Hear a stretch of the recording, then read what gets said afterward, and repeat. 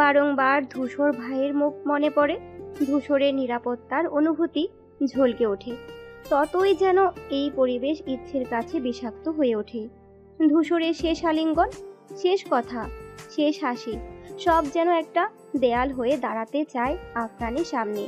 কিন্তু এই দেয়াল এতটাই ঠুকনো যে ইচ্ছের অবুঝ মন বুঝতে পারে এখানেই ধ্বংস, শুধু সময়ের অপেক্ষা। আর আফরান থেমে যায় ইচ্ছের এক হাত দূরে। চারপাশ নিস্তব্ধ, দুটো চোখের মধ্যে এক অসম যুদ্ধ, আর বাতাসে জমে থাকা অদৃশ্য আতঙ্ক যেন কোনো ভয়াবহ ঘটনার পূর্বাভাস হয়ে দাঁড়িয়ে আছে। আফরান ধীরে এগিয়ে আসে ইচ্ছের দিকে, চোখ জ্বলছে এক অদ্ভুত উত্তাপে, ভালোবাসা আর প্রতিশোধের এক ভয়ানক সংমিশ্রণে। ইচ্ছে পিছু হাঁটে, তবু তা যেন যথেষ্ট নয়। আফনান হাত বাড়িয়ে দেয়, নরম কাঁধে আলতোভাবে ছোঁয়ার চেষ্টা, কিন্তু ইচ্ছে দ্রুত সরে যায়। এই ছোট্ট সরাটা, এই সামান্য ইঙ্গিত ততটাই যেন আফনানের ভেতরে হিংস্র পশুটাকে জাগিয়ে তোলে। আফনানের চোখে রক্তিম ছায়া নামে, দাঁতে দাঁত চেপে ইচ্ছের হাত শক্ত করে চেপে ধরে। ইচ্ছে কাঁপতে থাকে, ঠোঁটের কোনো শব্দ আসে না, শুধু আতঙ্ক জমে থাকে চোখে। ঠিক তখনই এক ঝাপটায় আফনান থাপ্পড় বসিয়ে দেয় ইচ্ছের কোমল গালে। ইচ্ছে আঘাতে কেঁপে ওঠে, চোখ দিয়ে জল গড়িয়ে পড়ে, কিন্তু মুখে কোনো কান্নার আওয়াজ নেই, শুধু নিঃশব্দ এক লজ্জা, ঘৃণা, ভয়ের কাঁপুনি। আফনান এবার গর্জে ওঠে, যখন তোর জন্য তোর বাপ মায়ের কাছে আমি তোকে ভিক্ষা চেয়েছিলাম, জানিস কি বলেছিল তারা? বলেছিল তুই আমার যোগ্য না। তারা আমাকে ফিরিয়ে দিয়েছিল, অপমান করেছিল। তোর মতো একটা মেয়েকে ভালোবেসেছিলাম, নিজের সবটুকু উজাড় করে দিতে চেয়েছিলাম। শুধু তো মানুষ মেরেছি আমি, তোর বাবা মাকে তো কিছুই করিনি। তুই তো ছিলি আমার স্বপ্ন, আমার প্রাণ, আমার সব। তোর জন্যই তো আমি সব হারিয়েছি। ইচ্ছে, তুই বুঝিস না কেন? আফনান এইবার চেঁচিয়ে ওঠে, আমি খারাপ, হ্যাঁ, তবে আমার ভালোবাসা খারাপ ছিল না। আমি তোকে পেতে চেয়েছি, ভোগ করতে না, বুঝেছিস? তোকে নিজের বলতে চেয়েছিলাম, তোর হাতের স্পর্শ চেয়েছিলাম শুধু আমার জন্য। আফনান এইবার চেঁচিয়ে ওঠে। ইচ্ছে এবার চোখের পানি সামলাতে না পেরে কাপা গলায় বলে, ভালোবাসা যদি এমন হয় তবে আমি অভিশাপ দিই সেই ভালোবাসাকে। আফনান ইচ্ছের কথায় তেতে ওঠে, যেন এইবার অগ্নি চোখ হতে ইচ্ছের দিকে তাকিয়ে থাকে। তারপর শক্ত হাতে ইচ্ছেকে টেনে এনে ঠাস করে ফেলে দেয় সোফার উপর। ইচ্ছের মুখে আতঙ্ক, চোখে জমে থাকা পানি শুকিয়ে গেছে যেন। চারপাশের বাতাস ভারী হয়ে ওঠে হঠাৎ, নিঃশ্বাস নিতে কষ্ট হয় ইচ্ছের। তখনই আফনান চেঁচিয়ে ওঠে কাজীর উদ্দেশ্যে, তাড়াতাড়ি বিয়ে পড়ানো শুরু করো কাজী, সময় নেই একদম। দেরি করলেই তো লাশ গুনতে হবে। চোখে পাগলামি। পাশে রাখা বন্দুকটা টেবিলের গ্লাসের পাশে নিঃশব্দে চকচক করে। আফনান ঘুরে তাকায় ইচ্ছের দিকে, ঠোঁটে জেগে থাকে হিংস্র এক হাসি, শীতল আর অমানবিক। তুই যদি ভালো থাকতে চাস তাহলে চুপচাপ কবুল বল, নয়তো মনে রাখিস তোর বাবা মার লাশ খুঁজে পাবি না। এই কথাটা এখন দিলাম, প্রতিশ্রুতি নয়, শাস্তি। ইচ্ছের শরীর নিথর, চোখের পলক পড়ে না, শব্দ হয় না মুখে, মনে হয় কান্নাও হারিয়ে গেছে কোথাও। গলা দিয়ে শব্দ বের হয় না, বুকের ভিতরটা পাথরের মতো ভারী। এক মুহূর্তে সবকিছু অস্পষ্ট হয়ে আসে ইচ্ছের কাছে, মানুষগুলো, আওয়াজগুলো, এমনকি নিজের অস্তিত্বটাও যেন পরিণত হয় এক অদ্ভুতহীন শূন্যতায়, পাথরের যন্ত্রবিহীন এক জীবন্ত মৃতদেহে। ফাঁকা বাংলো বাড়িটি চারপাশে নেমে এসেছে নিস্তব্ধতা। গাছের ফাঁক দিয়ে চাঁদের আলো ছুঁয়ে যাচ্ছে ধূসর আকাশের কোলে দাঁড়িয়ে থাকা ছায়াগুলোকে। রাত প্রায় শেষের পথে, তবু ঘন অন্ধকার যেন আরো ঘন হয়ে ছড়িয়ে পড়েছে চারপাশে। পরপর 6টি গাড়ি এসে থামে বাংলোর কিছুটা দূরে। হেডলাইটের ম্লান আলো ধূসর ছায়ার কাঁপছে পথ। প্রতিটি গাড়ি থেকে একে একে নেমে আসে ধূসরের টিম। তোফ, রাদীপ, তৃণ, জয়, সবাই প্রস্তুত, কারো চোখে ভয় নেই, কিন্তু উৎকণ্ঠার রেখা স্পষ্ট। অস্ত্রধারী, প্রশিক্ষিত, সাহসী, তবু আজকে রাতের পরিবেশে কিছু অদ্ভুত অলক্ষ্য শীতলতা লুকিয়ে। সবাই নেমে গেলেও ধূসর এখনো গাড়ির ভেতর, এক অদ্ভুত নীরবতা, চোখে মুখে খেলা করছে। ধূসরের মুখের রেখাগুলো যেন শীতল পাথরের মতো শক্ত, তবুও ভেতরে দাউ দাউ করে জ্বলছে আগুন। একসময় ধীরে ধীরে দরজা খুলে পা রাখে বাইরে। কাঁচ কালো মার্সিডিজের ভেতর থেকে বেরিয়ে আসে। জুতোর আঘাতে জমে থাকা শুকনো মাটি ছিটকে পড়ে। পেছনের হেডলাইটের হালকা আলোয় চকচক করে ধূসরের চোখ, রক্তিম জ্বলন্ত প্রতিশোধের তপ্ত। ধূসরকে দেখে বোঝা যায় আজ রাতে সে এসেছে মৃত্যু হাতে নিয়ে। প্রতিটি পদক্ষেপ যেন ধ্বংসের প্রতিশ্রুতি। রাদিফ এগিয়ে আসে ধূসরের পাশে, কাঁধে কাঁধ রেখে দাঁড়িয়ে বলে নিঃশব্দে, কিছু হবে না ভাই, ইচ্ছে যেভাবেই থাকুক ভালোই আছে, ওকে আনার সময় হয়ে গেছে। ধূসর কিছু বলে না, শুধু সামনে তাকিয়ে থাকে নিরীক্ষণ ভঙ্গিতে বাংলোর দিকে, যেন নিজের চোখ দিয়েই ভেদ করতে চাইছে ইট পাথরের দেয়ালগুলো। বাম হাত দিয়ে রাদিফের হাত স্পর্শ করে বলে ওঠে নিচু গলা, যেখানে আমার ইচ্ছে থাকবে সেখানে আমি প্রতিশোধ নিয়ে যাব না রাদিফ, আমি যাব আমার দেহে নিঃশ্বাস বই নিয়ে। কারণ ভালোবাসা আর মৃত্যু দুটোই চুপচাপ এসে মুখ ভাঙে। আলহামদুলিল্লাহ, কবুল। পুরুষালী কণ্ঠে ভেসে আসে পবিত্র বাক্যটি। চারপাশে নীরব উত্তেজনা, সকলের দৃষ্টি গিয়ে পড়ে এবার সামনের মেয়েটির দিকে, যার মুখ ঘুমটার আড়ালে ঢাকা, যে এখনো পর্যন্ত একটাও শব্দ উচ্চারণ করেনি। ইচ্ছে চুপ করে বসে আছে, বিয়ের লাল রঙের ভারী সাজে, নিঃশব্দে নিচের দিকে চোখ নামিয়ে রেখেছে। পাশেই বসে থাকা একটি মেয়ে হালকা স্পর্শে বারবার ইচ্ছেকে শান্ত রাখার চেষ্টা করছে। কখনো কাঁধে হাত রাখছে, কখনো কানের কাছে কিছু ফিসফিস করে বলছে, কিন্তু ইচ্ছের দৃষ্টি একটানা মেঝের দিকে আটকে আছে। এক ফোঁটা নড়চড়ও নেই। ইচ্ছে দুহাত মুঠো করে ভাঁজ করে রেখেছে, আর সেই মুঠোর মাঝে ঘোমটার প্রান্ত আঁকড়ে ধরে রেখেছে শক্ত করে। মনে হচ্ছে আঁকড়ে ধরা কাপড়টাই যেন ইচ্ছেকে ধরে রেখেছে বাস্তবতার মাটিতে। মুখের এক কোণে সামান্য কাঁপন, বুকের ভেতরে ধুকবুক শব্দে প্রতিধ্বনি বাজছে, কিন্তু বাইরে নিস্তব্ধতা। সকলের চোখ এখন শুধু ইচ্ছের মুখের দিকে, শুধু একটাই শব্দ শুনতে চায়, কবুল। কিন্তু ইচ্ছে তখনও নিশ্চুপ, শূন্য দৃষ্টিতে তাকিয়ে থাকে মেঝের দিকে। চোখে পানি নেই, শুধু একরাশ লুকোনো ব্যথা আর অজানা আতঙ্ক। ভোরের আলো ধীরে ধীরে ছড়িয়ে পড়েছে চারপাশে। অন্ধকার সরে গিয়ে আকাশে এক নতুন দিনের আভা দেখা দিচ্ছে। ঝিরঝির হাওয়ার জানালার পর্দা নাড়িয়ে দিয়ে যেন বলে দিচ্ছে একটা নতুন সকাল শুরু হতে যাচ্ছে। চারপাশে পাখিদের কিচিরমিচির ডাক ধীরে ধীরে কর্ণগোচর হতে শুরু করেছে, যেন প্রকৃতির নিজস্ব অ্যালার্ম। বাংলো বাড়িটির অভ্যন্তরীণ সাজসজ্জ ভাব। দেরি রাত পর্যন্ত চলা উৎসবের ক্লান্তি এখনো পুরোপুরি কাটেনি, কিন্তু তবুও আজকে সকালের আবহে একটা বিশেষ উদ্দীপনা কাজ করছে। বাড়ির প্রতিটি কর্নারে ঝলমলে আলো জ্বলে উঠেছে, চোখ ধাঁধানো সেই আলো যেন আগাম কোনো ঘটনার ইঙ্গিত দিচ্ছে। প্রাসাদ সাদৃশ্য, বাংলো বাড়ির গায়ে লাগানো লণ্ঠনগুলো আলো ছড়াচ্ছে আলিন্দন ধরে, আগের চেয়েও গভীর, আগের চেয়েও রহস্যময়। অন্যদিকে ইচ্ছের নিশ্চুপ থাকা, যেন সামনের পুরুষটির হৃদয়ের ভিতরে গভীর ঝড় তোলে। চারিদিকে না তাকিয়ে মাথা নিচু করে কিছুক্ষণ চুপচাপ বসে থাকে পুরুষটি। চারপাশের কোলাহল যেন পুরুষটিকে ছুঁতে পারছে না। কোনো দিকে না তাকিয়ে ফর্মাল পোশাক পরা সেই বলিষ্ঠ পুরুষটি উঠে দাঁড়ায় সোজা, পা বাড়িয়ে এগিয়ে যায় ইচ্ছের দিকে। কোনো দ্বিধা নেই চোখে, ঠিক ইচ্ছের সামনে গিয়ে থামে। সবাই অবাক হয়ে তাকিয়ে থাকলেও পুরুষটি থামে না। হঠাৎ করেই পুরুষটি ফ্লোরে হাঁটু মুড়ে বসে পড়ে ইচ্ছের পায়ের সামনে। তার চোখে কোনো হাসি নেই, নেই কোনো অভিনয়, শুধু একরাশ গভীরতা আর নিঃশব্দ তীব্রতা করে ধূসরের এমন পাগলাটে আচরণে আশেপাশে থাকা তৃণ, তোফ আর রাদিফ মিটমিট করে হাসে। তাদের চেনা ধূসর আজ যেন প্রেমে আরো এক ধাপ পাগল।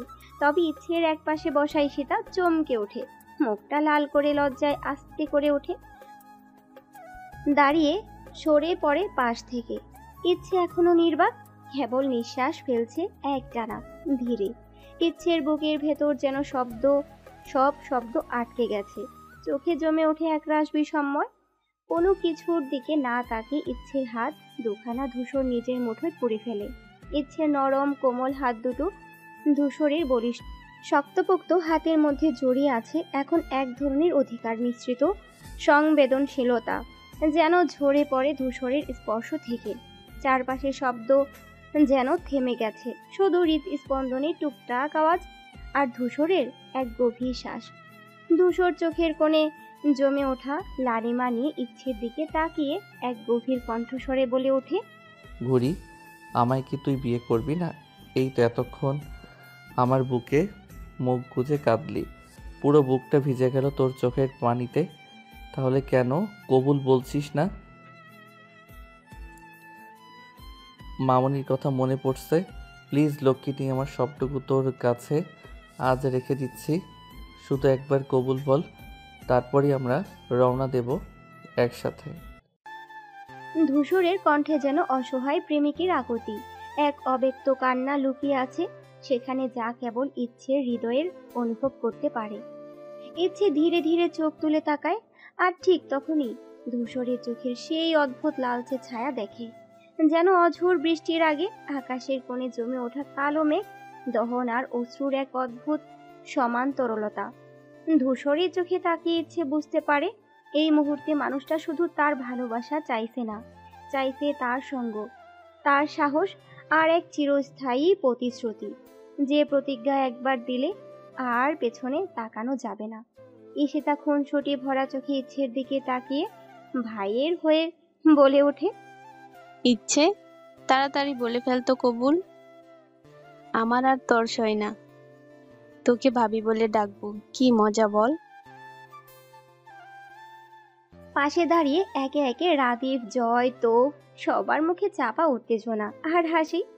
তারা যেন অপেক্ষায় ইচ্ছে কখন কবুল বলে ফেলবে। চারপাশের এই খুশির আমেজ কারোর মনেই ভয় বা সংখ্যা নেই, তবে ইচ্ছে তখনও চুপ, মাথা নিচু, চোখে ভাসা এক অদৃশ্য দ্বিধা। ইচ্ছে কিছু বলছে না, ইচ্ছের নীরবতা যেন আরো জটিল করে তুলছে মুহূর্তটাকে।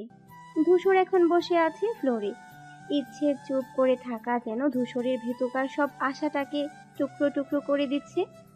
ধূসরের বুকের ভেতরটা কেমন কাঁপতে থাকে, কিছু একটা হারিয়ে ফেলবার ভয়, এক অসমাপ্ত ভালোবাসার যন্ত্রণা। হয়তো ইচ্ছে তাকে এখনো ভালোবাসতে পারেনি, হয়তো সেই ইচ্ছের জন্য যা করেছে সবটাই ছিল একতরফা, হয়তো সে ইচ্ছের কাছে কিছুই নয়। ধূসরের দৃষ্টি ধীরে ধীরে ফাঁকা হয়ে আসে, যেন এক তীব্র শূন্যতায় তলিয়ে যাচ্ছে, আর সেই নিঃশব্দে তীব্র যন্ত্রণার ঢেউয়ে ভাসতে ভাসতে একসময় ধূসর সোজা হাতে কোমর থেকে বন্দুকটা বের করে কপালে তোলে। ধূসর বন্দুকের টিগারে আঙ্গুল রেখে বসে আছে, কপালে ঠেকানো নিজের পিস্তল, দৃষ্টি যেন অস্পষ্ট, চোখের পলকে ছায়ার মতো কাঁপছে ধূসরের চোয়ালের রেখা। পাশে তৃণ ও রাদীপ হতবাক হয়ে চেয়ে থাকে ধূসরের এই ভীতকর পাগলামিতে। এক ঝলক বাতাসেও যেন মনে হয় সময় থমকে গেছে। ধূসর, কি করছিস তুই? রাদীপ গলা চড়িয়ে বলে। তৃণ উঠে এসে বন্দুকটা সরানোর চেষ্টা করে। ধূসর, প্লিজ এটা করিস না, ইচ্ছেকে সময় দে আরো। কিন্তু ধূসর কোনো কথা শুনতে রাজি নয়, যেন তীব্র কোনো যন্ত্রণা আর অবসাদের ধাক্কায় ধূসরের ভেতরের মানুষটা ভেঙে পড়েছে। এক দৃষ্টিতে ধূসর ইচ্ছের মুখের দিকে এখনো তাকিয়ে, তবে আগের মতোই ইচ্ছে অতি সুখে যেন নিশ্চুপ।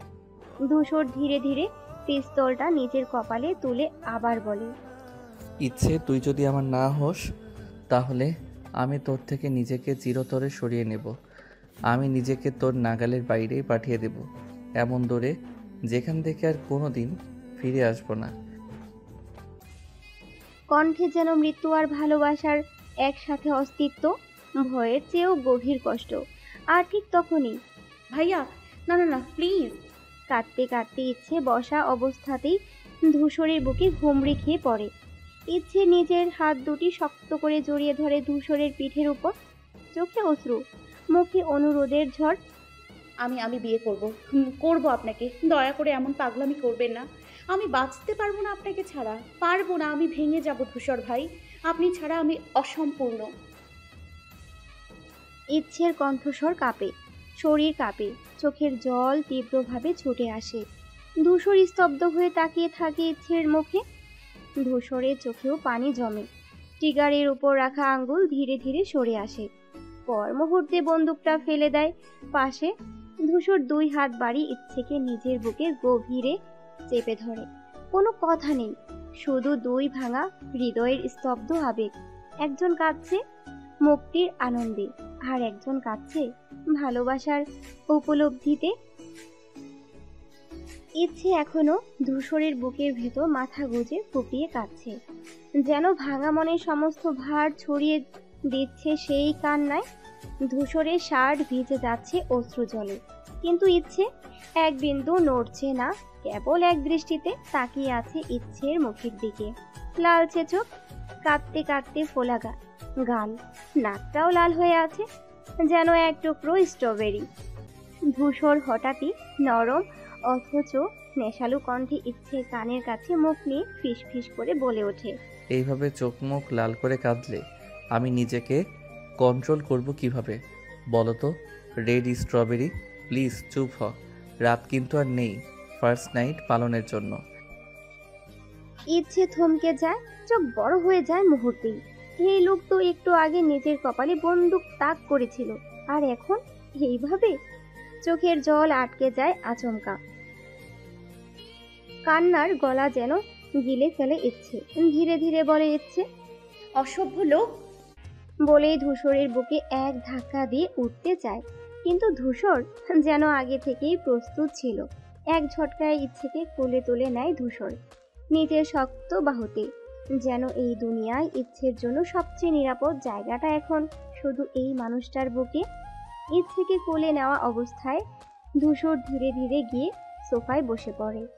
ইচ্ছে ছটফট করতে থাকে, সমস্ত শক্তি দিয়ে নিজেকে ছাড়ানোর চেষ্টা করে। তবে ধূসরের মজবুত বাহুর বাঁধন থেকে ইচ্ছে যেন এক বিন্দুও নড়তে পারে না। গায়ের শাড়ি একটু এলোমেলো হয়ে উঠেছে, মুখে কাচুমাচু এক অভিব্যক্তি, চোখ দুটো লজ্জা আর রাগে অশান্ত। সবার সামনে এসব কি করছেন? সবাই এখানে আছে, ছাড়ুন বলছি। ইচ্ছে কাপা গলায় বলে ওঠে, মাথা নিচু করে রেখে। চোখ তুলে তাকাতেও পারছে না ইচ্ছে। তারপর রাগেও লজ্জায় গলাটা আর একটু চড়ে ইচ্ছে আবার বলে, আমায় নামিয়ে না দিলে আমি কবুল বলছি না, স্পষ্ট বলে দিলাম। ধূসর তখনও হেসে ওঠে, সে হাসি একেবারে গভীর, যেন ইচ্ছের এই বাচ্চা মতেও তার চোখে অপার মায়া আর ভালোবাসা মিশে আছে। ধূসর নিজের মুখ ইচ্ছের দিকে নামিয়ে আনে, ঠোঁটে চাপা এক হাসি রেখে খুব মৃদু স্বরে বলে, এখন থেকে কোলে ওঠা অভ্যেস করো বউ। সারা জীবন কোলে থাকতে হবে, উঠতে বসতে আদরের সোহাগে, আবার রাতের বেলা। বাকি কথা শেষ করে না ধূসর। ইচ্ছে লজ্জায় রাঙা মুখ দেখতে থাকে। ধূসরের কণ্ঠে ভালোবাসার সাথে এক তীব্র অধিকার বোধ, যেটা ইচ্ছে চাইলেও অগ্রাহ্য করতে পারে না আর। এরপর ধূসর এক মুহূর্ত থামে, চোখের দৃষ্টিতে এক ধরনের দুষ্টামি খেলে যায়। চোখ টিপ দেয় ইচ্ছের দিকে তাকিয়ে, তারপর কাজীর দিকে তাকিয়ে বলে, কাজী মশাই, এই বউ এখন রাজি, আর আপনি দেরি করলে কিন্তু আমি আবার কবুল বলবো। আপনার কথাই নয়, আমার ইচ্ছের ঠোঁটে চুমু খেয়ে বলবো। ঘরে হালকা হাসি রোল পড়ে যায়। কেউ মুখ টিপে হাসছে, কেউ চোখ বড় করে তাকিয়ে আছে এই সাহসী ও নাটকীয় মুহূর্তে। ইচ্ছে লজ্জায় চোখ বন্ধ করে নেয়, মুখটা পুরো ধূসরের বুকে গুজে দেয়, যেন আর কেউ না দেখে তাকে। কিন্তু ইচ্ছের বেসামাল হৃদস্পন্দন তখন এত জোরে চলছিল যে ধূসর অনুভব করতে পারে সেই কাঁপনটা নিজের শরীরে। ধূসর ইচ্ছের কানে ফিসফিস করে বলে, এখনো সময় আছে ইচ্ছে, চাইলে আমি এই বিয়ের আসরেই 1000 বার বলবো, তুই শুধুই আমার, সারা জীবনের জন্য। ইচ্ছে ধীরে ধীরে মুখ তোলে, চোখের জল টলমল করছে। কোলের ভেতর ভালোবাসার সেই অস্থির পরশে যেন সমস্ত দুনিয়া থেমে গেছে। ইচ্ছে কিছু বলে না, শুধু একবার ধূসরের চোখে তাকিয়ে হালকা মাথা নাড়ে। কাজী মুচকি হেসে কলম তোলে, আর বাকিটা ইতিহাস। একটি কবুল, হ্যাঁ, একটি নির্ভীক ভালোবাসা, আর সারা জীবনের জন্য লেখা হয়ে যায় সে আমার ইচ্ছে ঘুরি। খানিক বাদে ইচ্ছে কবুল বলার সঙ্গে সঙ্গে পুরো ঘর এক নিমিষে প্রশান্তির ধ্বনিতে ভরে ওঠে আলহামদুলিল্লাহ উচ্চারণে। যেন আশীর্বাদের বৃষ্টি নামে চারিদিকে। সবার মুখে হাসি, চোখে তৃপ্তির আলো, আর হৃদয়ে পরিপূর্ণতার ছোঁয়া। এক চিলতে বাতাস জানালার পর্দা নাড়িয়ে দেয়, যেন এই পবিত্র মুহূর্তের প্রকৃতিও সায় দিচ্ছে।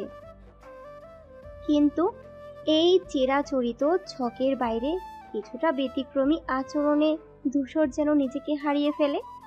চোখে বাঁধ ভাঙা আবেগ, মন যেন তীব্র ভালোবাসার স্রোতে ভাসছে। ধূসর ধীরে ধীরে ইচ্ছের দিকে এগিয়ে আসে। কেউ কিছু বুঝে ওঠার আগেই ধূসর নিজের দুই হাত দিয়ে ইচ্ছের মুখ তুলে ধরে। তারপর ধূসর একেবারে আবেগ ভরে এক গুয়ে শিশুর মতো ইচ্ছের সারা মুখে চুম্বন করতে থাকে, বারবার, এক একবার পাগলের মতো, যেন বছরের পর বছর ধরে তীব্র আকাঙ্ক্ষায় জমে থাকা ভালোবাসা আজ উতলে উঠছে এই কবুলের শব্দে। ইচ্ছের মুখ লাল হয়ে আসে। আশেপাশে উপস্থিত সবার দিকে একবার তাকানোর সাহসটুকুও যেন হারিয়ে ফেলে। ঠোঁটে জড়তা, চোখে জলের চিকচিক, তবুও ধূসরের স্পর্শে ভালোবাসার তাপে একটুকুও প্রতিবাদ করে না। এই তো সেই প্রেম যার জন্য অপেক্ষা ছিল সপ্তাদশী এতদিন ধরে। কাজী সাহেব বিব্রত মুখে উঠে দাঁড়িয়ে পড়েন। বয়সের ভারেও অভিজ্ঞতায় এমন দৃশ্য তার চোখ সইতে নারাজ। তিনি নীরবে মুখ ফিরিয়ে নেন, যেন পবিত্রতা রক্ষা করতে চান নিজের চোখেরও। আর বাকিরা, তারা চোখ বন্ধ করে রাখলেও আঙ্গুলের ফাঁক দিয়ে ঠিকই দেখে ফেলে ধূসরের প্রেমে পাগল হয়ে ওঠা এই মুহূর্তটিকে। হাসি চেপে রাখা যায় না কারো। তৃণ হয়তো মুখ ঘুরিয়ে হালকা হেসে নেয়, আবার মুখে হাত চাপা দিয়ে সেই প্রেমকে মেনে নেয় নিঃশব্দ উচ্ছ্বাসে। এ যেন এক কবুলের চেয়ে অনেক বেশি কিছু, এক জীবনের প্রতিজ্ঞা, এক আশ্রয়ের নাম, যেখানে ইচ্ছের নাম ধূসরের ভালোবাসায় লেখা হয়ে গেছে সবার সামনে স্পষ্টভাবে, অস্বাভাবিক কিছু অপূর্ব রূপে। দূরের মেঝেতে রক্তে বেঁধা নিথর শরীরে পড়ে আছে আফনান। নিঃশ্বাসটুকু এখনো চলমান, কিন্তু এই নিঃশ্বাসের ভার যেন নিজেকেই বোঝা হয়ে উঠেছে। মুখটা থমকে আছে একটানা যন্ত্রণার রেখায়, শরীর নিস্পন্দন, চোখ দুটো বোঝা, জ্ঞানহীন শরীরেও যেন একরাশ তীব্র কষ্ট খোদাই হয়ে আছে। হয়তো সজ্ঞানে থাকলে এই মুহূর্তে তার হৃদয়ে শেষ কফিন পেরেক বসাতো। ভালোবাসা যার জন্য সে এতটা পাগল, সে ভালোবাসার প্রতিটি রেখার ছিল একতরফা তীব্রতা। সেই মানুষটিকে আজ অন্য কারো পাশে দেখার যন্ত্রণা হয়তো আফনানকে বাঁচিয়ে রেখেও গলা টিপে মেরে ফেলত। আলিম মির্জা নতমুখী নিঃশব্দে বসে পড়েছেন ফ্লোরে। চারপাশে গভীর নিস্তব্ধতা।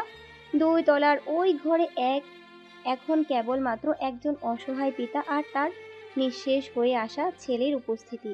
কাপা কাপা হাতে আলিম মির্জা ছেলে রক্তাক্ত আঙ্গুল ছুঁয়ে দেখেন, একটা অদৃশ্য ক্ষমা প্রার্থনার মতো। সবই আমার দোষ। আলিম মির্জার ফিসফিসিয়ে স্বর যেন বাতাসেও কাঁপুনি তোলে। ক্ষমতা, প্রতিশোধ, একঘেয়ে রাজনৈতিক উচ্চাকাঙ্ক্ষার মাঝে ছেলের হৃদয়ের ভাষা তিনি বুঝতে পারেননি। একদিন ছেলের চোখে যে স্বপ্ন দেখেছিলেন, আজ তারই ছায়া মেঝেতে রক্তে ধুয়ে যাচ্ছে, নিঃশব্দে কেটে যাচ্ছে সময়। আর প্রতিটি মুহূর্ত যেন একটি কষ্টের দীর্ঘশ্বাস হয়ে হৃদয়ে কেটে বসেছে। ঘরের বাতাস ভারী, নিস্তব্ধতা এতটাই গভীর যে আলিম মির্জার চোখ থেকে ঝরে পড়া কান্নার শব্দটুকু কেমন কর্কশ শোনায়। আজ এক পিতা বুঝছেন, রাজনীতি দিয়ে সব কিছু হয় না, ক্ষমতা দিয়ে হয়তো দেশ চালানো যায়, কিন্তু সন্তানের ভালোবাসার ক্ষত মুছে দেওয়া যায় না। ফ্ল্যাশব্যাক।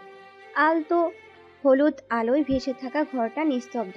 সময় যেন থমকে গেছে।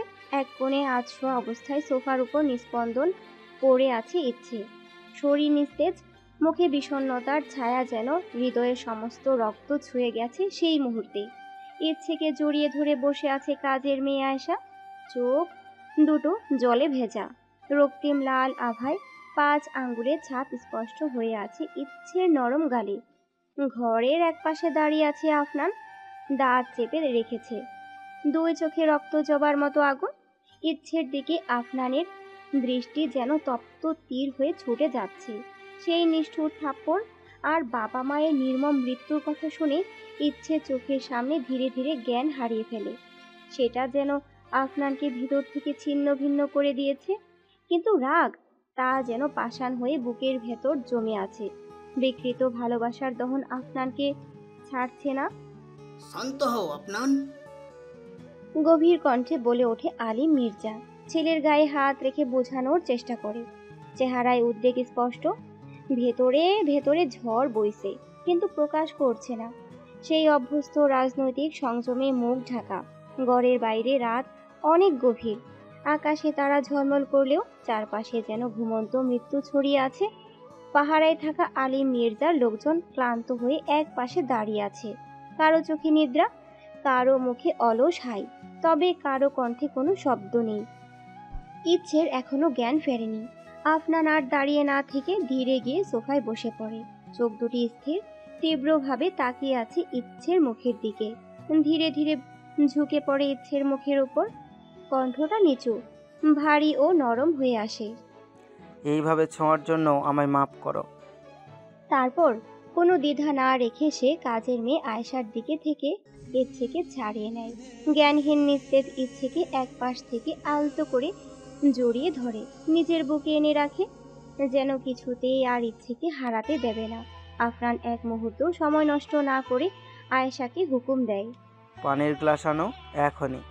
আয়েশা কোনো প্রশ্ন না করে তড়িঘড়ি করে উঠে বের হয়ে যায় পানির গ্লাস আনতে। মুখে এখনো ভয়, চোখে তড়িঘড়ি ছাপ। আরেক কোণে বসে থাকা কাজই যেন এখনো ঘোরের মধ্যে, মাথা নিচু, হাত জোড়া কোলের ওপর রাখা, ঠোঁটের কোণে ঘাম জমছে, মুখের রং ফ্যাকাশে হয়ে গেছে। এই পরিস্থিতি তার অভ্যস্ত নয়। ধর্মীয় কাজ সম্পন্ন করতে এসে এমন ভয়াবহ পরিবেশ, পাত্রীর এমন নেশার অবস্থা, সবকিছু মিলিয়ে সে যেন নিঃশব্দে নিজেকে গুটিয়ে নিয়েছে। ঘরের এক কোণে বৃদ্ধ লোকটি বসে, চোখ দুটো যেন কেবল জানে কি ভয় আর অসহায়তা। নিজে যাকে এনে বিয়ের আয়োজন করালো, আজ তার চোখের সামনে সেই মেয়েটা নিজ্ঞান এবং পরিস্থিতির নিয়ন্ত্রণ কারো হাতেই নেই। বাড়ির ঘর ভর্তি এক ধরনের চাপা টেনশন ছড়িয়ে আছে। নিস্তব্ধতা যেন দেয়ালের গায়ে গায়ে জমাট বেঁধেছে। আয়েশা বাড়ির পুরনো ও বিশ্বস্ত কাজের মেয়ে, দ্রুত পায়ে এসে একটা ঠান্ডা পানির গ্লাস তুলে দেয় আফনানের হাতে। চোখে মুখে ভয়ের ছায়া স্পষ্ট, তবুও কর্তব্যবোধে এতটুকু বিলম্ব করেনি। আফনান হাতে গ্লাসটা নিয়ে নিচু হয়ে ইচ্ছের মুখের কাছে আসে। ইচ্ছে তখনও নিস্তেজ, মুখের রং ফ্যাকাশে হয়ে আছে, ঠোঁট শুকিয়ে চামড়ার মতো হয়ে গেছে। এই অবস্থা দেখে আফনান কিছুটা অস্থির হয়ে ওঠে। পরম যত্নে পরম নরম আঙ্গুলে ইচ্ছের চোখের পাশে আর গালে হালকা করে ঠান্ডা পানি ছিটিয়ে দেয়, যেন একটু প্রাণ ফিরে আসে, একটু সাড়া দেয় সেই চিরচেনা মেয়েটা, যাকে আজকে রাতের জন্য সে অপেক্ষা করাচ্ছিল নিজের জীবনের সবচেয়ে বড় উৎসবে। ঘরের আরেক পাশে আলী মির্জা পায়চারি করছেন টানা। তার ভারী কদমের শব্দ যেন গুমট পরিবেশকে আরো থমথমে করে তুলেছে। চোখে মুখে উৎকণ্ঠা, কপালে দুশ্চিন্তার বলিরেখা গভীর। তিনি জানেন ইচ্ছে সাধারণ মেয়ে নয়, ওর ভিতরে একটা আগুন আছে, একটা আত্মমর্যাদার শিখা, যা সহজে দমে যাওয়ার নয়। আর ঠিক সেই কারণেই আরো বেশি চিন্তা হচ্ছে তার। যদি মেয়েটা কোনো অঘটন ঘটিয়ে ফেলে, যদি পাগলা পালানোর চেষ্টা করে, অথবা যদি কেউ পৌঁছে যায় এখানে। তাদের এই সংখ্যার মাঝে ইচ্ছে হঠাৎ করে চোখ পিটপিট করে মেলে। প্রথমটা ধোঁয়াশা, ঝাপসা, চোখে চারপাশটা বোঝার চেষ্টা করে। আর তখনই আলতো করে আফনান তার নাম ধরে ডাকে, ইচ্ছে ঠিক আছো? ইচ্ছে কিছু বলতে পারে না, গলা শুকনো, চোখ ভেজা, শুধু চোখের কোণ থেকে অশ্রু গড়িয়ে পড়ে। তা কি যন্ত্রণায়, নাকি ভয়ের, নাকি একান্ত নিজের কাউকে হারিয়ে ফেলার বেদনায়? ইচ্ছের সম্পূর্ণ জ্ঞান ফিরলে ধীরে ধীরে চোখ খুলে সামনে যেই মুখটা দেখে, মুহূর্তেই যেন রক্ত জমে যায় শরীরে।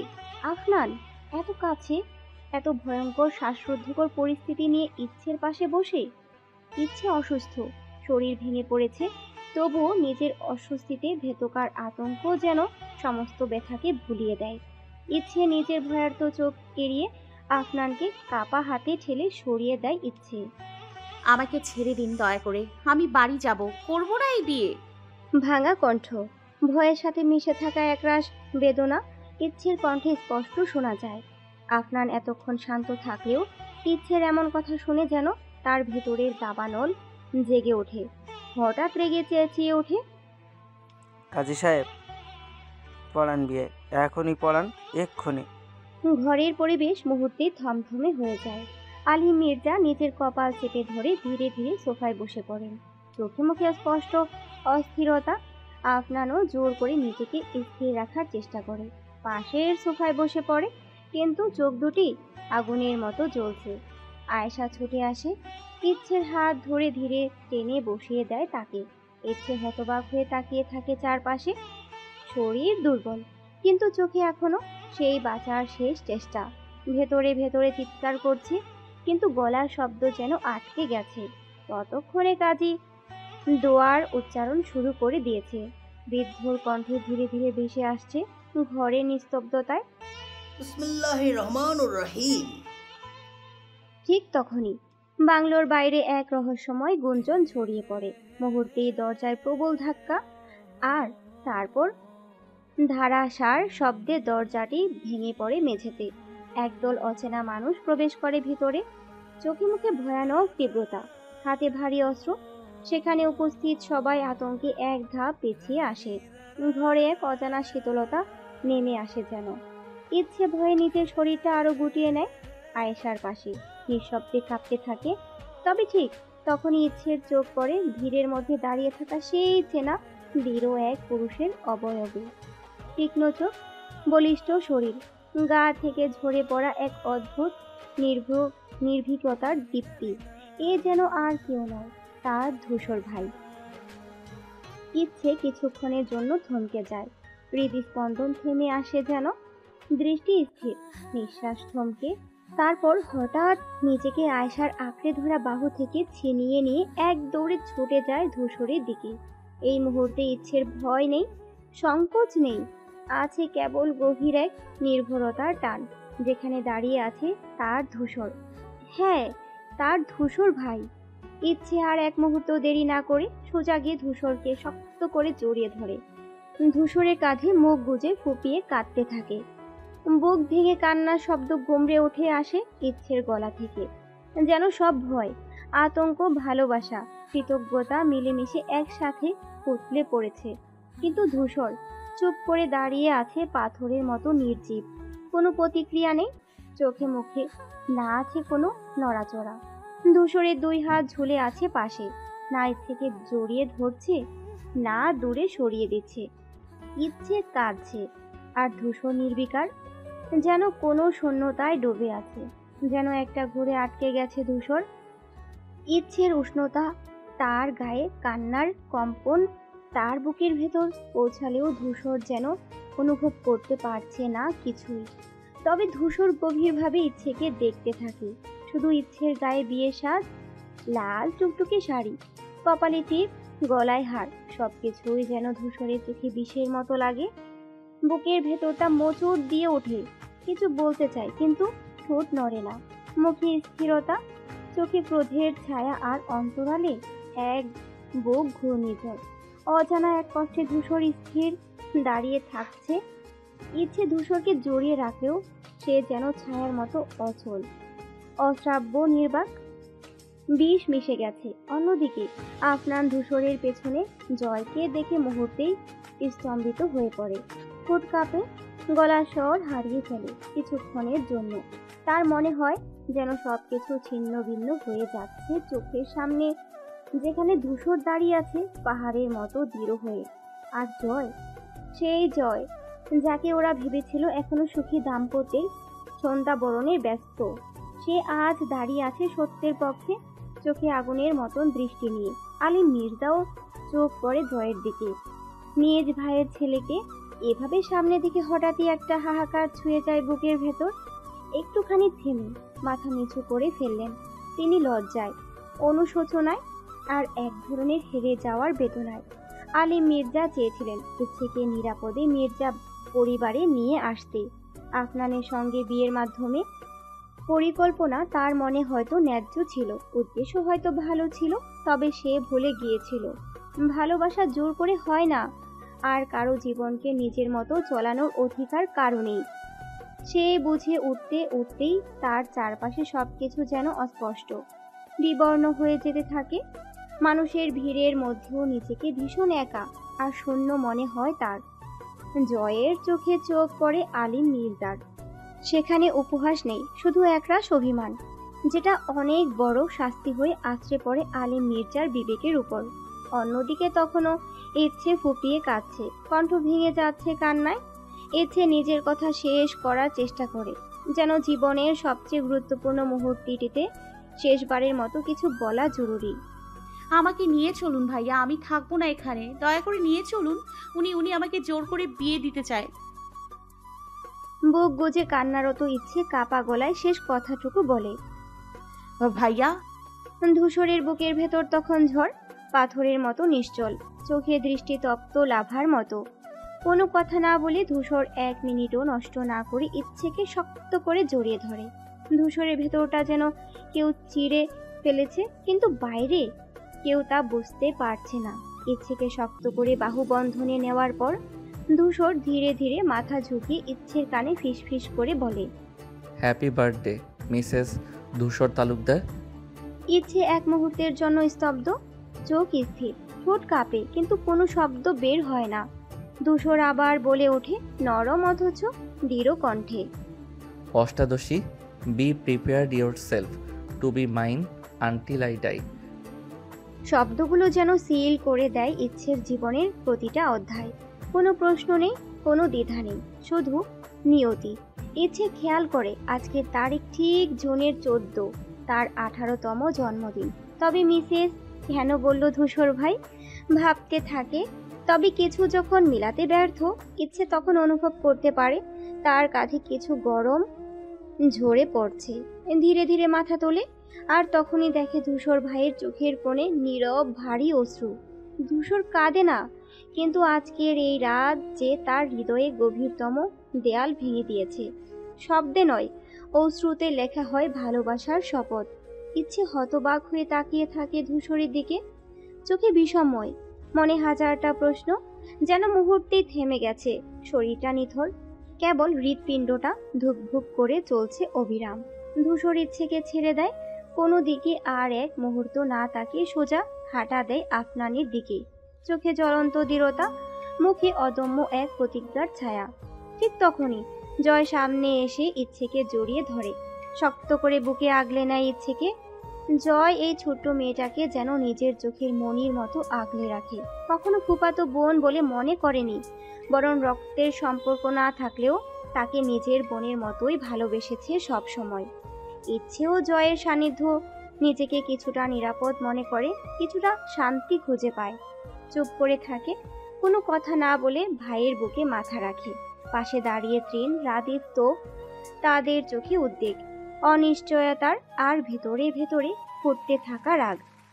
তারা পাশে দাঁড়িয়ে যেন দেয়াল হয়ে দাঁড়ায় ইচ্ছের চারপাশে, বন্ধুত্ব, বিশ্বাস এবং ভালোবাসার এক অদৃশ্য ঢাল হয়ে। ধূসর ধীর পায়ে গিয়ে দাঁড়ায় ঠিক আফনানের সামনে। মুহূর্তটা যেন সময়কে থামিয়ে দেয়। আশেপাশের সব কোলাহল, আলো, শব্দ সব মুছে গিয়ে এক নিঃশব্দ বিস্ফোরণ ছড়িয়ে পড়ে চারপাশে। কেউ কিছু বোঝার আগে ধূসরের হাত উঠে আসে, আর মুহূর্তেই মধ্যে আফনানের মুখে সজোরে এক ঘুষি ধপ করে ছিটকে পড়ে কিছুটা দূরে। সবার চোখ ছানা বড়া। আলিম মির্জা সাথে সাথে নিচের লোকদের ইশারা করেন ছেলেকে বাঁচাতে, এগিয়ে যেতে, কিন্তু রুখে দাঁড়ায় তৃণ, রাদীপ আর তৌফ। তাদের চোখে মুখে ভয় নেই, আছে নিঃশর্ত বন্ধুত্বের প্রতিজ্ঞা। যেন বুঝতে চায় ধূসর একা নয়। ভিড় থেকে কেউ আর সামনে এগোয় না। এক অদ্ভুত উত্তেজনার ছাপ চারপাশে ছড়িয়ে পড়ে। ধূসর আর আফনান দুজন একে অপরের উপর ঝাঁপিয়ে পড়ে, যেন উন্মাদে পরিণত হয়েছে। ঘুষি, ঠেলা, ধাক্কা, কেউ কাউকে ছাড় দিতে রাজি নয়। যেন এই লড়াই কেবল প্রতিপক্ষকে আঘাত করা নয়, বরং নিজেদের অস্তিত্ব প্রমাণের। রক্তমাখা ঠোঁটে কণ্ঠে বিষ মিশিয়ে আফনান ফিসফিস করে বলে, তোর সামনে দিয়েই আমি ইচ্ছেকে নিয়ে যাব, যে কোনো মূল্যে ও আমারই হবে। ধূসরে ঠোঁটের কোণে এক্ষণে হাসি খেলে যায়, চোখ দুটো জল করে ওঠে এক ধরনের বন্যতায়। আফনানকে বুক বরাবর সজোরে এক লাথি মারে, যেন শ্বাস আটকে আসে আফনানের। ধূসর এবার সামনের দিকে ঝুঁকে নিচু স্বরে গলায় গর্জনের মতো ভয় ছড়িয়ে বলে, তোকে এত সাহস দিল কে? তুই চোখ তুলেছিস আমার ঘড়ির দিকে। আমার আমার সাফি, আমার ইচ্ছে, ওকে নিজের করে নিতে চাস? আমি তোর চোখ উপড়ে ফেলবো, তোর স্পর্শের ধুলো ওর গায়ে লাগতে দেব না। আফনান কাশি দিয়ে আবার উঠতে চায়, কিন্তু ধূসর থেমে থাকে না, আবার আঘাত করে বসে। চোখে একটাই দৃশ্য, ইচ্ছের ভয় ভরা মুখ, সেই করুণ আরতি আর তার প্রতিশ্রুতি। মামনি, সাফিয়া বড় হয়ে কিন্তু মিসেস ধূসর হবে, এই যে কথা দিলাম। আফনান মাটিতে পড়ে কাঁপছে, মুখ থেকে টপ টপ করে রক্ত পড়ছে, ঠোঁট ফেটে গেছে, চোখ কুঁচকে আছে তীব্র যন্ত্রণায়, নিঃশ্বাস ভেঙে যাচ্ছে, যেন মুহূর্তেই নিস্তেজ হয়ে যাবে। ধূসরের চোখে তখন শুধু আগুন, বুকের ভিতর থেকে ওঠা এক রকম রক্ত পিপাসু উন্মত্তার, যেন কাঁপিয়ে দিচ্ছে চারপাশের বাতাসটাও। ইচ্ছে স্তব্ধ। ধূসরের আঘাতের পর আঘাতে যখন আফনান নিস্তেজ হয়ে পড়ে, তখন যেন ইচ্ছের হুঁশ ফিরে আসে। চোখ ছলছল করছে, কিন্তু ভয়ের চোটে গলা শুকিয়ে কাঠ, কিছু বলতে পারছে না, শুধু ভাবছে। আফনান ভাই যদি মরে যায়, ধূসর ভাই তো থামছেই না। ঠিক সেই মুহূর্তে যেন প্রাণের জোরে ইচ্ছে ছুটে আসে ধূসরের দিকে, পিছন থেকে দু হাতে জড়িয়ে ধরে ধূসরকে থামানোর আশায় কাপা কণ্ঠে বলে ওঠে, মরে যাবে, আর মেরো না প্লিজ, ছেড়ে দিন ভাইয়া ওনাকে প্লিজ। ধূসর মুহূর্তের জন্য থেমে যায়, ইচ্ছের স্পর্শ কাপা চোখ, সেই কণ্ঠস্বর। ধূসর ধীরে ধীরে হাত নামিয়ে নেয়, যেন বাস্তবতা ধাক্কা দিয়ে ফিরিয়ে নিয়ে আসছে তাকে। ধূসর আফনানকে ছেড়ে দেয় ঠিকই, কিন্তু চোখে মুখে এখনো আগুনই শিখা। ধীরে ধীরে ইচ্ছের দিকে ফিরে তাকায়, ইচ্ছে তখনও কাঁপছে, চোখে ভয় কুকিয়ে বলে ওঠে, প্লিজ আর না, মরে যাবে, প্লিজ ভাইয়া ওনাকে ছেড়ে দিন। ধূসর একটুও না থেমে ইচ্ছেকে কোলে তুলে নেয়। চারপাশ স্তব্ধ, শুধু ইচ্ছের কাঁপুনি আর সবার স্তব্ধ দৃষ্টি। ধূসর সোজা কাজের সামনে গিয়ে বসে পড়ে সিংহাসনের মতো সোফায়, কোলে তখনও ইচ্ছে। তারপর ঠান্ডা গলায় কিন্তু রাগে ধুক ধুক করতে থাকা চোখে জয়কে বলে, তোর সো কল্ড ভাই আর ওর সম্মানিত আব্বাজানকে এই মুহূর্তে আমার চোখের সামনে থেকে সরিয়ে নে জয়। আরেক সেকেন্ড ওরা থাকলে আমি কি করে ফেলবো আমি নিজেও জানি না।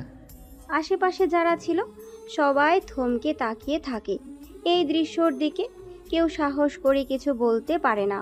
ধূসর তার নির্ভুল আত্মবিশ্বাস আর একরোখা চাহনিতে চারপাশে এক অদৃশ্য শাসনের রেখা টেনে দেয়।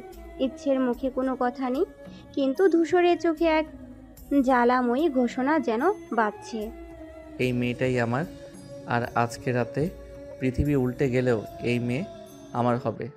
ইচ্ছে তখনও ধূসরের বুকে মাথা রেখে নিঃশব্দে চোখ বন্ধ করে আছে, মনে মনে স্বস্তির শ্বাস ফেলে ইচ্ছে। সকাল 6:03, বাইরে তখন নিস্তব্ধ এক পরিবেশ, যেন প্রকৃতি নিজের গভীর নিঃশ্বাস ফেলে দিন শুরু করেছে। পূর্ব আকাশে নরম সোনালি আলো ছড়িয়ে যাচ্ছে ধীরে ধীরে, পাখিরা জেগে উঠেছে, কখনো শালিক, কখনো দোয়েল, আবার কখনো চঞ্চল কাকের ডাক ভেসে আসছে দূরের দিগন্ত থেকে। পুকুরের জলে ধীরে ভেসে বেড়াচ্ছে সাদা পালকের রাজহাঁসের দল, মাঝে মাঝে তারা সম্মিলিতভাবে ডাকছে, একটি অদ্ভুত কিন্তু সুরেলা সঙ্গীত সৃষ্টি করে চলেছে তারা।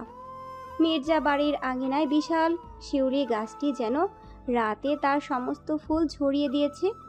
মুক্তার দানার মতো ঝরে পড়া সেই শিউলি ফুলগুলি আঙিনার চারপাশে ছড়িয়ে এক অদ্ভুত পূর্ব শুভ্রতায় ঢেকে দিয়েছে পুরো মাটি। সেই স্নিগ্ধ ফুলের সুবাসে মুগ্ধ করছে চারদিক, বাতাসে যেন এক অদ্ভুত প্রশান্তি। তবুও সেই প্রশান্তির পর্দা ভেদ করে ভেতর থেকে ভেসে আসছে অস্থিরতা। মির্জা বাড়ির অভ্যন্তরে তখন ভিন্ন এক দৃশ্য, বাইরের প্রশান্ত প্রকৃতির বিপরীতে ভিতরে বিরাজ করছে উৎকণ্ঠা আর কান্না। নারী কণ্ঠে এক দীর্ঘশ্বাসে ভেসে আসছে আকুল হাহাকারে। কারো মা, কারো বোন অথবা প্রিয়জনের জন্য কেঁদে চলছে তারা। কখনো গলা চেপে কান্না, আবার কখনো হঠাৎ চিৎকার করে ওঠে বুক চাপড়ে। ঘরের এক প্রান্ত থেকে অন্য প্রান্ত অবধি ছড়িয়ে গেছে সেই কান্নার তরঙ্গ।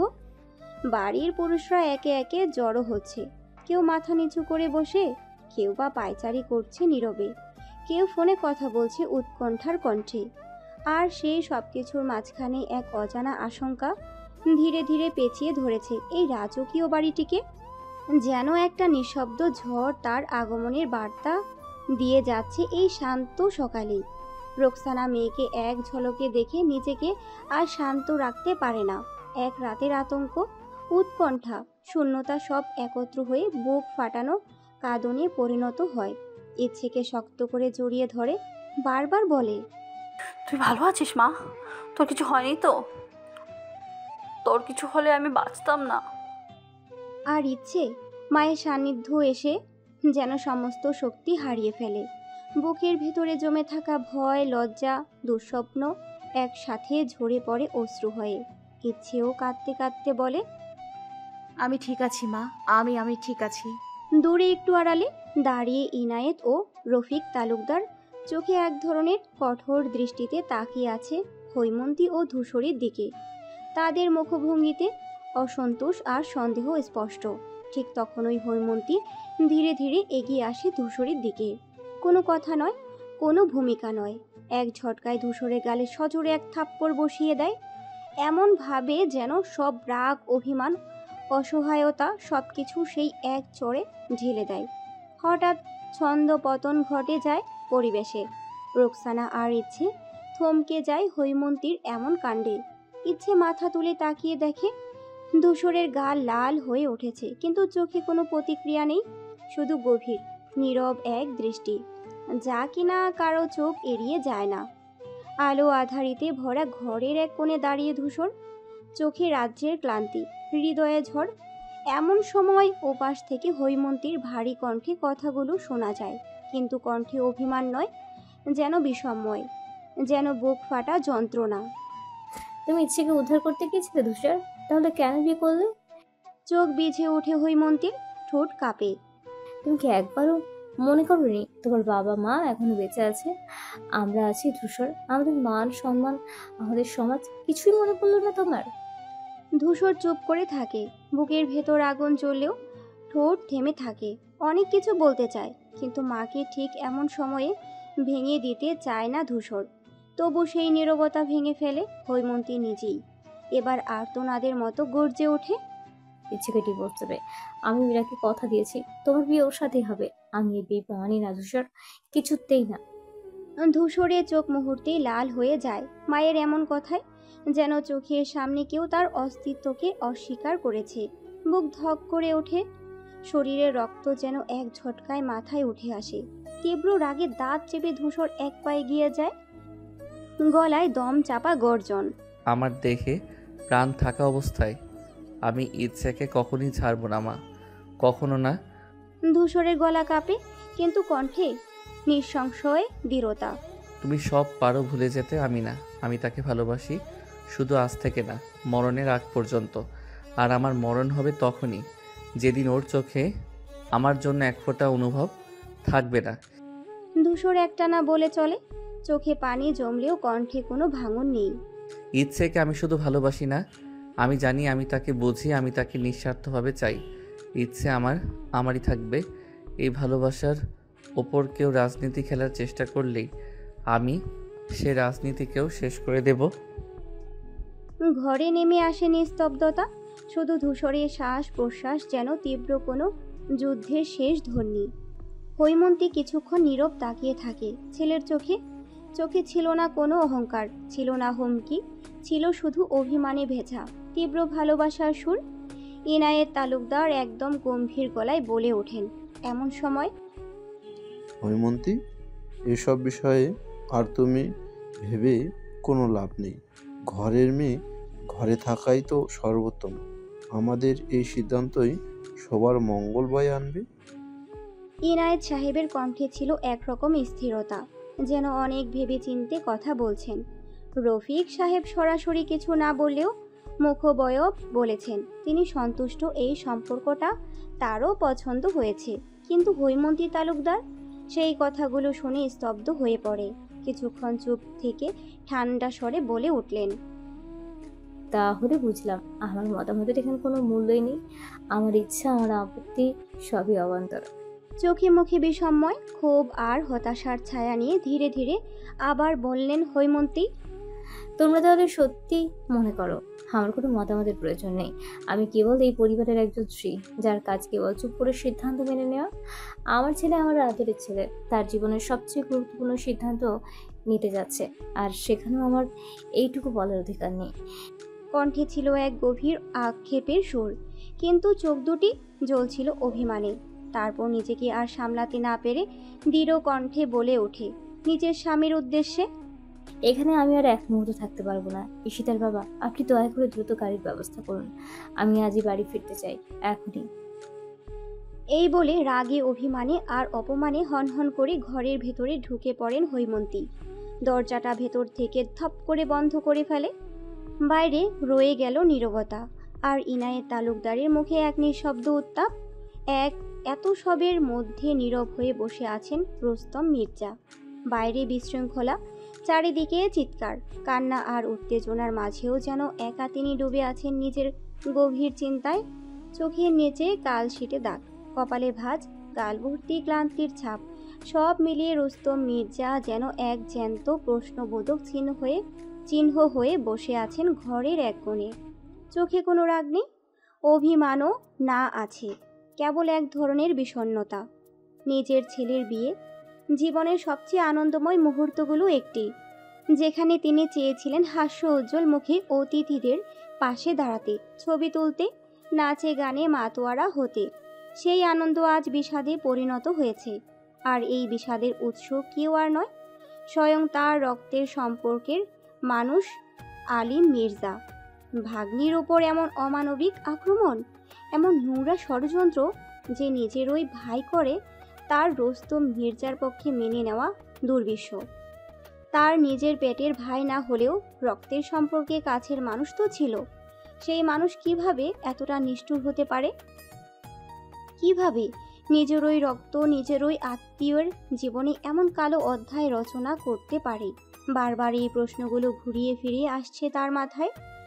বারবার নিজেকে অপরাধী ভাবছেন, আত্মা গ্লানিতে তলিয়ে যাচ্ছেন। মনে হচ্ছে কোথাও না কোথাও তিনিও ব্যর্থ, পরিবারকে একসাথে রাখতে পারেননি, চোখে আঙ্গুল দিয়ে দেখাতে পারেননি এই ভয়াবহতা আসতে চলেছে। কেউ হয়তো বলতেই পারে তার কিছু করা ছিল না, কিন্তু একজন অভিভাবক, একজন বয়োজ্যেষ্ঠ মানুষ হিসেবে তার মন মানছে না এই যুক্তি। রুস্তম মির্জা পাশে বসে জয় নিজের ছেলে, আর আজ নতুন জীবনে শুরু হওয়ার কথা ছিল। ছেলের চোখে আনন্দের কোনো রং নেই, আছে দুশ্চিন্তা আর বাবার কাঁধে হাত রেখে তাকে শক্ত থাকার কথা বলা। জয় কাপা গলায় বলছে, আব্বা প্লিজ এমন করো না, আমরা একসাথে সামলে নিব, সবাই আছে পাশে। আপনি ভেঙে পড়লে আমরা কি করে সামলাবো?